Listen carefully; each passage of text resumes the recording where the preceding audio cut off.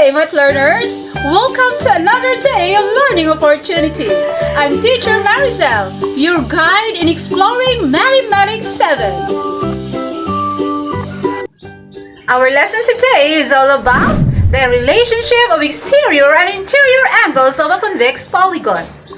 And our objectives are: derive inductively the relationship of exterior and interior angles of a convex polygon, and determine the sum of the measures of interior and exterior angles of a convex polygon.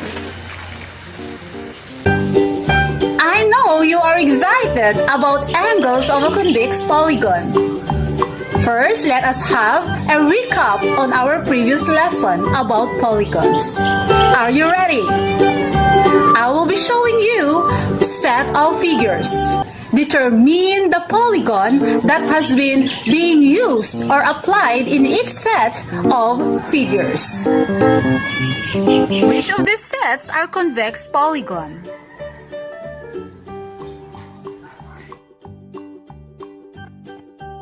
You are correct. This is the convex polygons. Remember, a polygon is said to be convex if the lines containing the sides of the polygon do not cross the interior of the polygon. How about in this set of figures? What polygon is being applied in this set of figures? Very good, it's triangle. Remember that a triangle is a polygon with 3 sides and 3 angles. You're doing a great job, math learners. Now take a look at these figures. What polygon was used? Very good, it's quadrilateral.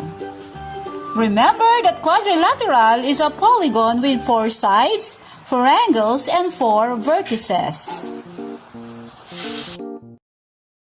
In these figures, what polygon was used? Can you determine?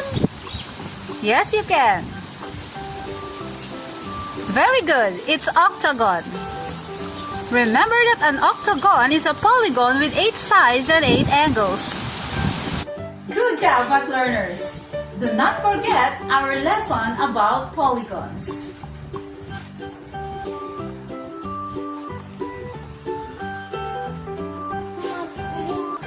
This time, let us know the terms which has something to do with our new lesson.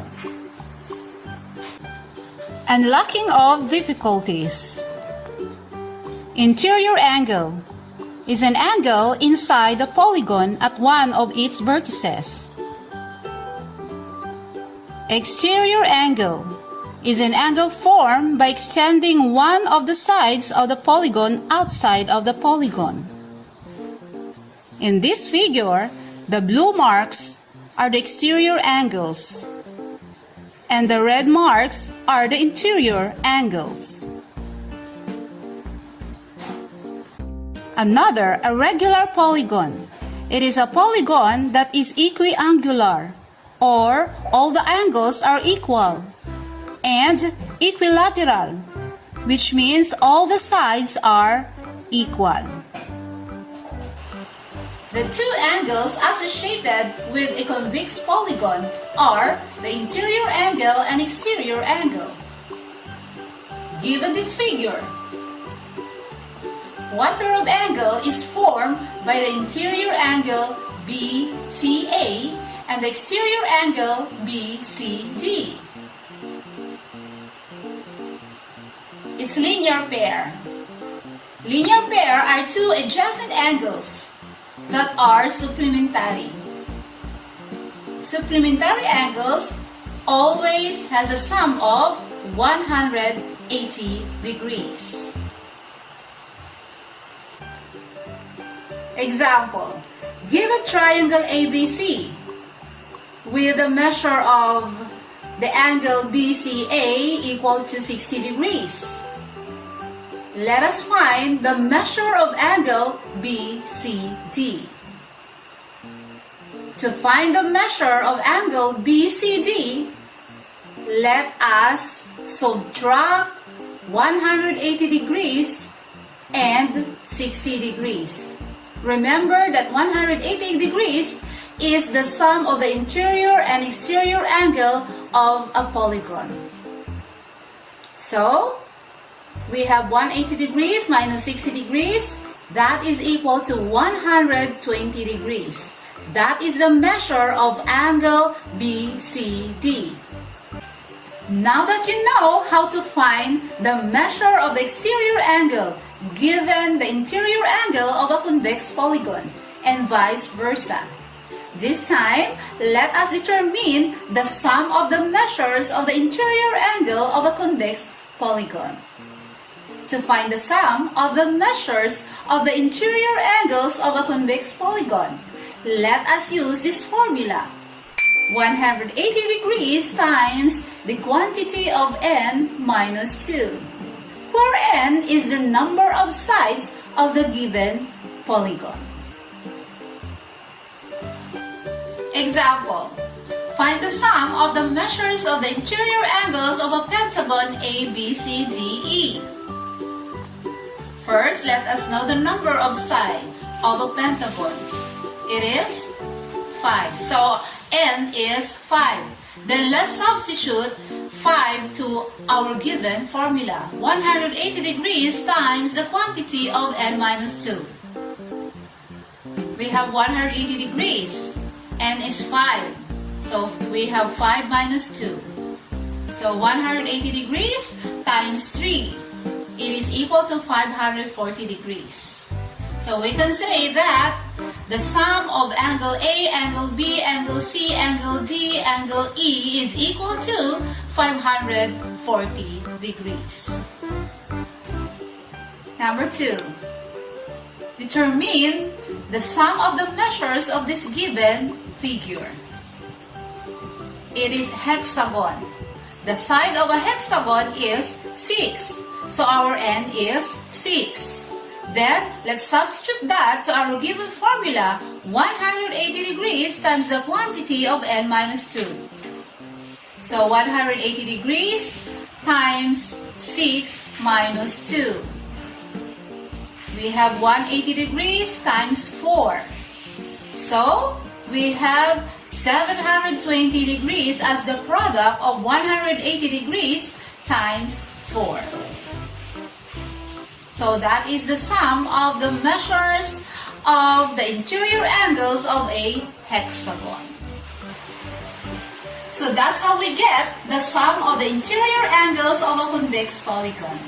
How about if we are trying to solve the measure of one of the interior angles of a regular polygon? To calculate the measure of one of the interior angles of a regular polygon, use this formula. 180 degrees times the quantity of n minus 2 all over n. N is the number of sides of the regular polygon. Use this formula for regular polygon only, because the angles of a regular polygon has same measure. So, let's have an example. Find the measure of each of the interior angles of a regular octagon. Octagon has 8 sides. So our n is 8. Let's substitute 8 to our given formula. 180 degrees times the quantity of n minus 2 all over n. So we have 180 degrees times the quantity of 8 minus 2 all over 8. Then, we have 180 degrees times 8 minus 2, that is 6, all over 8. 180 degrees times 6 is equal to 1080 divided by 8. The quotient is 135 degrees. So, 135 degrees is the measure of each of the interior angles of a regular octagon. I hope that you are following. Let's try this. Number 2 example. Given this regular pentagon, what is the measure of each of its interior angle? A pentagon has 5 sides. So, our n is 5. Let's substitute it to the formula. We have 180 degrees times the quantity of 5 minus 2 all over 5. Then we have 180 degrees times 3 all over 5. That is equal to 540 degrees divided by 5 is equal to 108 degrees. 108 degrees is the measure of each of its interior angle of a regular pentagon. What learners, did you understand our lesson? I hope you did.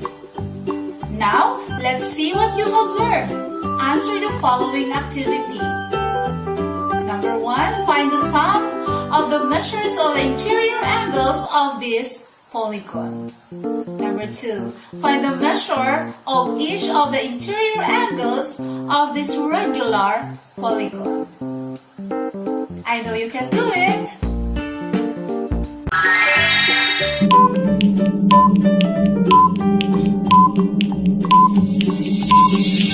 Very good. The polygon is a heptagon, so its side is 7. Therefore, the sum of the measures of the interior angles of a heptagon is 900 degrees.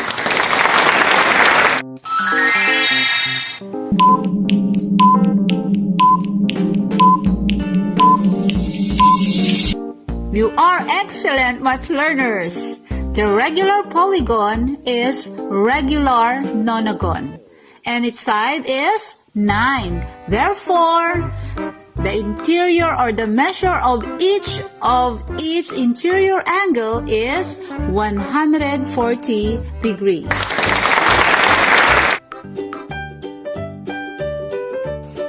Well done, math learners! What are your learnings into this lesson? You are great! In finding the sum of the measures of the interior angles of a convex polygon, use the formula 180 degrees times the quantity n minus 2. What else that you have understood in our lesson? Yes, you are awesome! In finding the measure of each of the interior angles of a regular polygon, use the formula 180 degrees times the quantity of n minus 2 all over n. Congratulations, everyone! Now it's time to assess yourself. Identify what is asked in each of the following. Number 1. What is the formula in finding the sum of the measures of the interior angles of a convex polygon? Yes, you are correct. It is 180 degrees times the quantity n minus 2. Number 2. If the polygon has 6 sides, what is the sum of the measures of its interior angles? Very good. It's 720 degrees. And last, we have number 3. What regular polygon that has a measure of 108 degrees in each of its interior angles? Excellent! It is pentagon. Very good, math learners. Good job! You are all excellent. My dear learners, always be the best you can be.